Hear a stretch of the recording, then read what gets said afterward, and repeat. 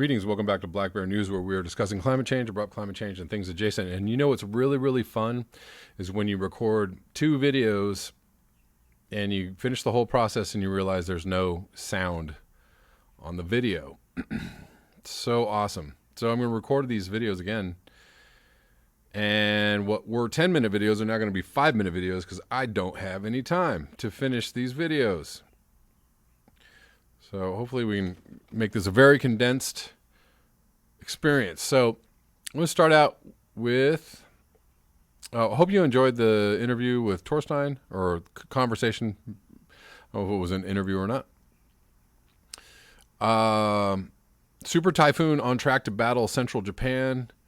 Japan is bracing for a super typhoon on track to hit central and eastern regions over the 3-day weekend with potentially destructive torrential rains and strong winds. Typhoon Hagibis has already caused cancellations of 2 Rugby World Cup matches that were to be played on Saturday. Organizers canceled the England-France match planned in Yokohama near Tokyo and the New Zealand-Italy game in Toyota in central Japan.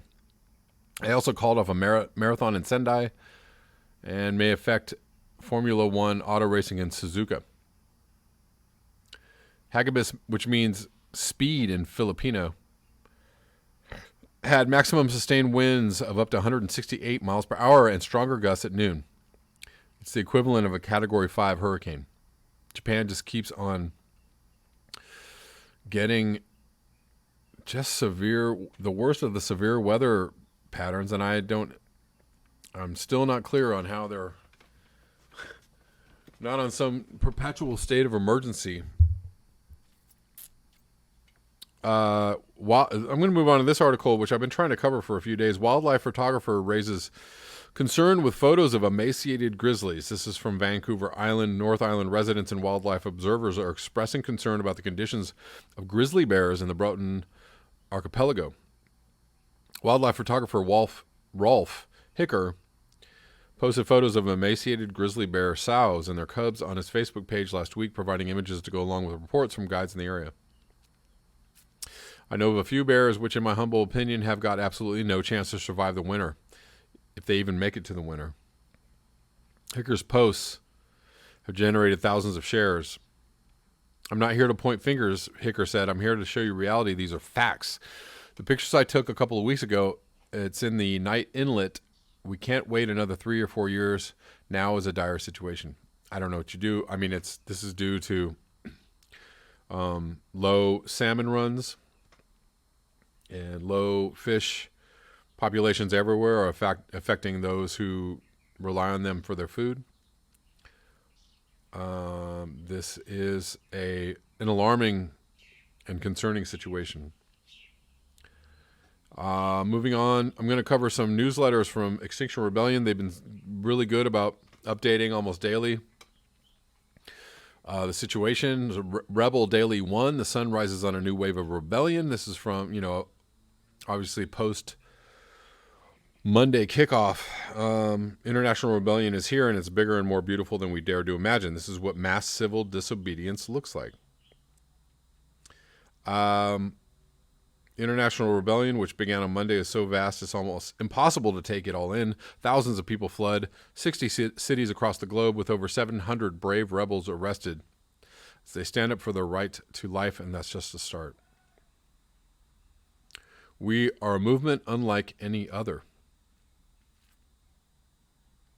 This newsletter team will do everything we can to keep up and to showcase the unreal brilliance of our young movement. We can only apologize in advance for not capturing every aspect of this glorious, unfathomably complex process that is our rebellion. You are not alone in this beautiful mess, and it's not too late to join in.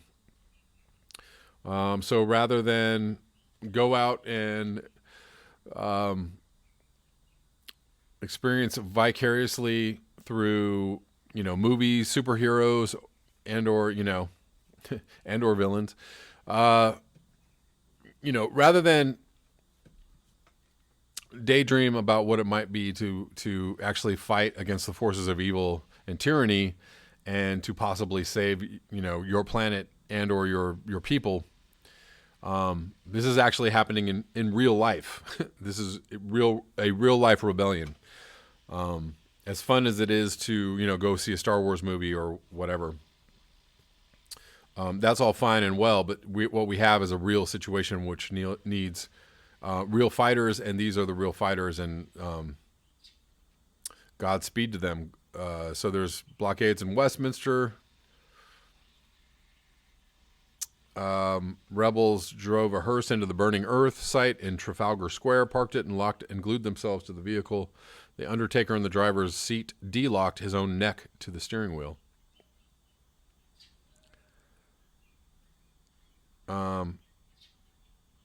So rebels blocked Westminster Bridge.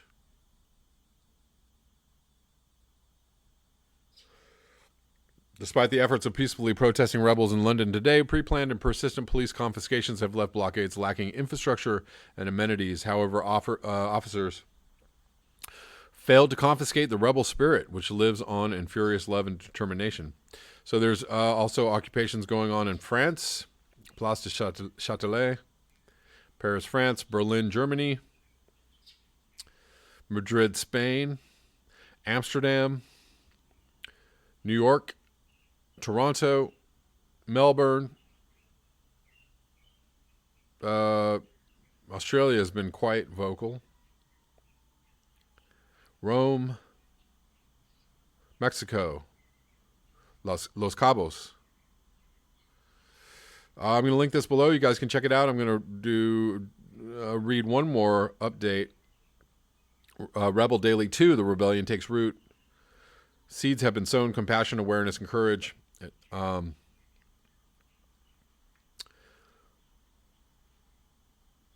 So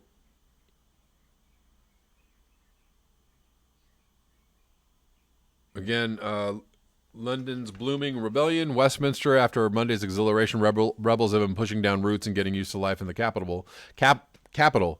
As we found in April, there comes a point at which it seems almost natural that we would be here in the roads. Natural, but also nicer. Instead of car engine choirs and samba bands, instead of throngs of busy strangers, free food and open dialogue. And then there's a link to Jonathan Pye's video, which, again, I forgot to link, so I'll link it in this video. I think y'all have seen it, but it's hilarious. And also very hard-hitting truth in that one. Not everybody seems to agree with the improvement. The arrest count continues to climb, already at a staggering 550. It's partly due to police pressure that several of our sites have merged together for greater cohesion. Again, more actions in Paris, Berlin, Dublin. Last few days have been a difficult time for XR Ireland in response to the Irish government pushing ahead with plans to build a U.S. fracked gas terminal in Shannon. Rebels decided to add a demand for Rebellion Week, stop the Shannon LNG terminal, plus any new fossil fuel infrastructure. Montreal, 3 Quebecois rebels closed all 5 lanes of traffic on the busiest bridge in Montreal for over an hour at rush hour. Good on ya.